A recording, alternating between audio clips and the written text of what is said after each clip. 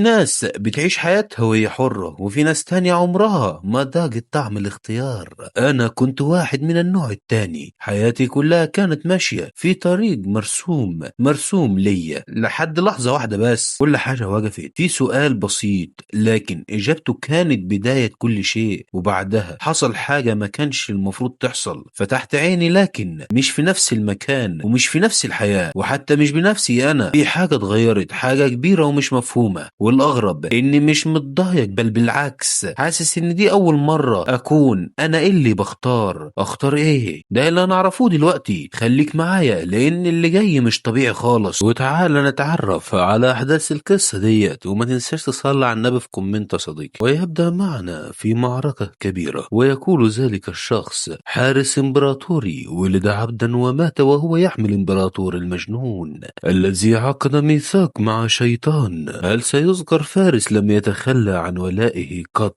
حتى الرمق الأخير، أم لربما كخاسر أبله عجز عن قراءة مجريات الزمن؟ ولكن في نهاية المطاف لا يروق لي أي منهما، ونراه ذلك الفارس وهو كين لاتور حارس الإمبراطوري، ونرى أحدا ما يتكلم معه ويقول: لما بحق وجهت نصلك في اللحظة الأخيرة؟ كان من الأنقى أن تتلاشى من ذاكرة الجميع يا كين أيها الأحمق. ونرى الذي يتكلم معه وهو قائد الثوار هالو ريستون، ونرى الفارس كين مغروز بالسيف في وسط صدره، ويقول كين: ولدت يتيما وعشت ل29 سنة أتخذ قراراتي بنفسي، لا تفتعل قتالا دونما سبب يا سيد الدوقي الشاب. ونرى هالو منصدم ويقول: كان بوسعك الهرب، فلما تتخذ خيارا كهذا؟ يا كين افتح عينك. ويصرخ فيه ويقول له: انهض أيها الوغد. ولكن يموت ذلك الفارس كين. ونرى كين وهو انتقل إلى فضاء ما ويقول: هذا المكان، هذا هو الموت. ونراه صحت ملط خالص ويتقدم إلى الأمام وهو يقول: إذن هذه هي الحرية، ليست بالشيء العظيم في نهاية الأمر. ذلك الفتى هالو يبكي هكذا ويكمل كلامه ويقول: حسنا، سيتدبر أمره بنفسه، والآن هل لي أن أتذوق ما يسمى بالحرية؟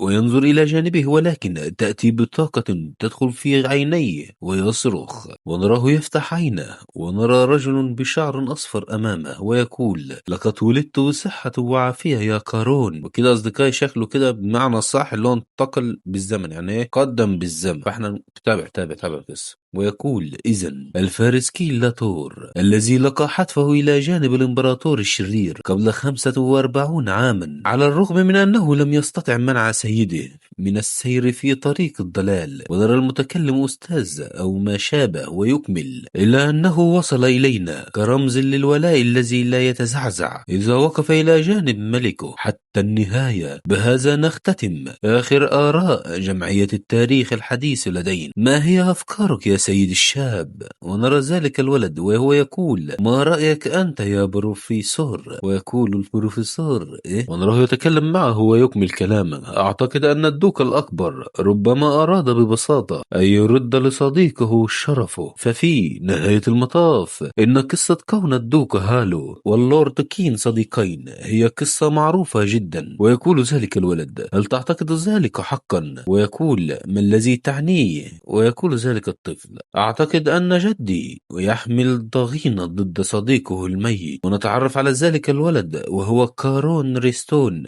في العاشرة من عمره، الابن الثالث لهالو ريستون والابن الوحيد للكونت بايل. وأصدقائي ذلك الطفل هو الذي انتقل إليه كين. وهل نقول له كارون أو نكمل باسم كين؟ ولكن خلينا كارون. شوف انت عايز ايه وقول لي في التعليقات. ويكمل كارون، ولهذا السبب هو يمجد اسم صديقه عن عمد. ونرجع إلى الماضي قليلا حينما تولد كارون ويقول: هل تود حمله يا أبي؟ ويفتح عينيه إلى جده ويقول: إنه لا يبكي حتى يله من فتى قوي. يقول في نفسه كين وهو طبعا في جسد هذا الولد: ما الذي يجري بحق؟ ويقول ذلك الجد: انشأ قويا ومعافى يا حفيد الأصغر. ويقول كين في نفسه هالو إنه عجوز ومجعد ولكنه حتما. ونرى هالو مبسوط بذلك الحفيد ويقول لقد جعلته يبكي أليس كذلك؟ ويقول كين في نفسه لا، ما هذا الموقف بحق، أنا أصبحت حفيد هالو. ونرجع إلى البروفيسور وهو يقول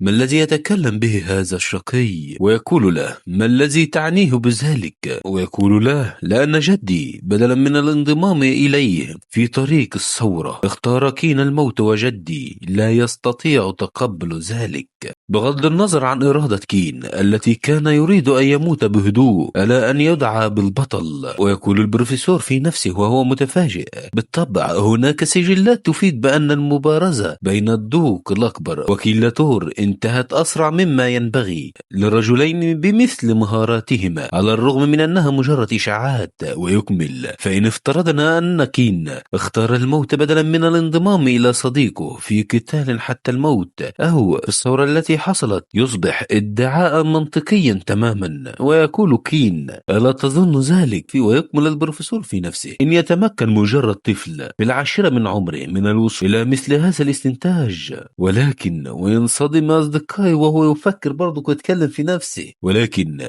إن وقفت على هذا الرأي الوقح فقد يتهمني فرسان الدوقية بالتحريف. ونرى أنه يتخيل نفسه وهو يعدم ويقول حسنا. ويقول البروفيسور لم أفكر قط في هذا النظرية للأمور من قبل. وينظر إليه كين وهو يقول كنت أمزح فحسب، كنت أمزح، لما تبدو مرتبكا هكذا. ونرى كين المتجسد في هذا الطفل وهو يقول اسمي الآن هو كارون ريستون، وكما ترون أنا الحفيد الأصغر لدوقية ريستون للوقت الراهن على الأقل. لقد استغرق الأمر مني بعض الوقت لأفهم الموقف، ولكن في النهاية لقد ولدت من جديد كحفيد لهالو ريستون. ونراه منزعج من هذا ويكمل كلامه ذلك الوقت الغافل كيف يجرؤ على جعلي بطلا، كان عليها أن يفهم حتى دون قولها. ونراه يتقدم من أمام والده ويقول ذلك الرجل شاحب الوجه هو الابن الأصغر لهالو، إنه أبي. اوه يا كارون هل انتهى درسك؟ ويقول كارون انا مش عارف نقول كارون ولا كين، فاحنا خلينا كارون بقى لحد ما نرسو برضو على حاجه. ويقول كارون اجل يا ابي كنت تصلي مجددا اليس كذلك؟ طبعا يا جماعه احنا برضو مسلمين وموحدين بالله، ففككم الكلام الهلس ده كله وما تنساش تذكري الله في كومنت تاني ونكمل. ويقول كارون لا ما زلت قلقا بشان مراسم ايقاظي يا ابي. ويقول ابا انا اسف يا بني. ويقول له كارون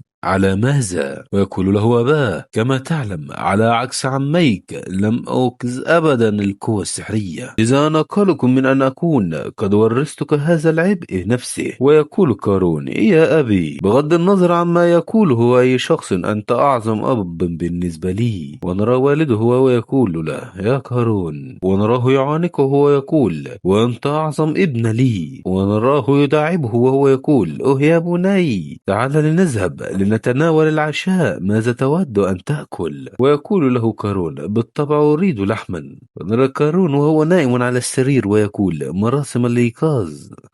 مراسم الإيقاظ إنه طقس عائلي مجرد تقليد قديم. ونراه يتذكر الماضي. ونرى هالو وهو يقول له في الماضي طبعا إنه طقس عائلي مجرد تقليد قديم، بل أنها مراسم لإطلاق العنان للقوة السحرية الفطرية للمرء.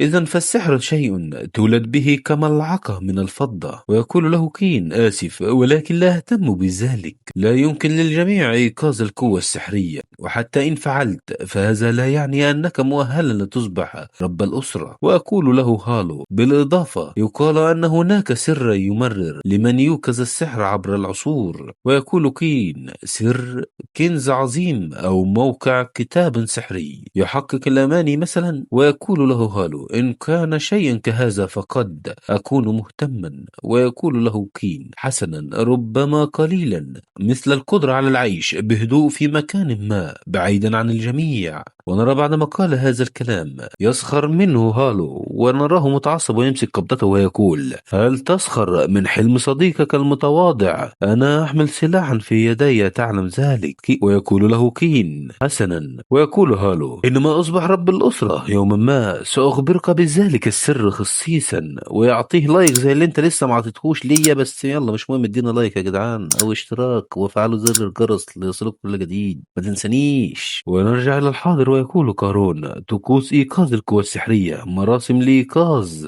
ونراه يحضر طاقته ويقول: يا ابي لا داعي لان تقلق. ونراه يشد على قبضته ويكمل كلامه: لقد انتهيت من إيقاظ السحر لدي منذ زمن بعيد. وينتقل بنا المشهد إلى الصباح، ونرى قطارا وأناس، ويقول: هل أنت مندهش؟ ويقول: أجل، إنها مرتي الأولى في القطار. وتقول تلك المرأة: العديد من التقنيات المستخدمة في بناء هذا القطار أصبحت ممكنة بفضل رعاية والدك. ويقول قارون: كنت أعلم ذلك. ويقول الأب وهو يضحك: إنك تجاملينني يا سيدتي. وتقول تلك السيدة: حتى لو قلت ذلك فإنه حقا شيء عظيم، أنت تعلم ذلك ليس كذلك. ويقول قارون: بالطبع أبي، أنا فخور بك حقا، إنها الحقيقة، قد لا يكون هذا الرجل قد أيقظ السحر. ويقول الأب مرة أخرى: إنك تحرجينني. ويكمل كلامه قارون: لكنه وحده يدعم 30% من الشؤون المالية لدوقية ريستون، مع أم لطيفة دائما،